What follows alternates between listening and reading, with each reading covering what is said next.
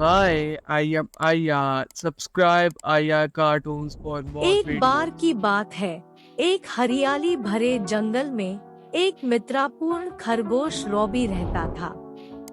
Robbie का दिल बड़ा नरम था और उसके बहुत सारे दोस्त थे जो उसे दिल से पसंद करते थे।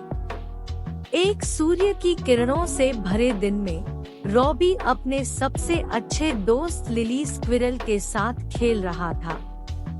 एक बार जब वे खेल रहे थे, रॉबी ने लिली का पसंदीदा खिलौना, एक चमकदार अकोरनाकार की सीटी को तोड़ दिया। शुरुआत में रॉबी को डर और चिंता का सामना हुआ। उसने ना तो लिली को दिखाना चाहा और न ही उसे झूठ बोलना चाहा। मगर अंदर से रॉबी को यकीन हुआ कि यह सही काम नहीं होगा। इसलिए दिल की गहराई से रॉबी ने लिली के पास जाकर कहा, मुझे बहुत खेद है लिली, मैंने तुम्हारा पसंदीदा खिलौना तोड़ दिया। मेरा मतलब नहीं था, मगर हो गया और मैं तुम्हें सच्चाई बताना चाहता हूँ। लिली रॉबी की ओर देखती हुई हैरानी का इजहार किया। वह देख सकती थी कि रॉबी वास्तव में माफी मांग रहा है। भावनात्मक रूप से लिली ने रॉबी को मुस्कान दी और उसे गले लगाया। रॉबी, तुम्हारी सच्चाई का धन्यवाद, उन्होंने नरम आवाज में कहा। मैं तुम्हारी ईमानदारी का सम्मान करती हूँ। मिलकर रॉबी और लिली ने तोड़े हुए खिलौने को मरम्मत करने का काम शुरू किया।